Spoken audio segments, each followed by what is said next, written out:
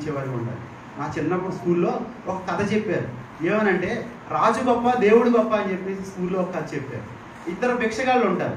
ఇద్దరు భిక్షగాళ్ళు కూడా రాజు దగ్గరికి వెళ్ళి అందరూ రాజు గొప్ప అని పొగుడుతూ ఉంటారు.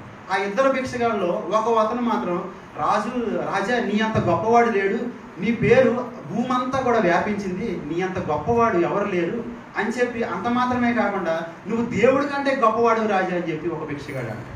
మరొక భిక్షగాడు అంటాడు, ఎంత గొప్ప రాజు అయినా సరే దేవుడు తర్వాతే నువ్వు, నీకెంత అధికారం ఉన్నా ఎంత ఐశ్వర్యం ఉన్నా నువ్వు దేవుడు తర్వాతే అని చెప్పి ఒక భిక్షగాడు మాత్రం రాజుని పొగుడుతాడు.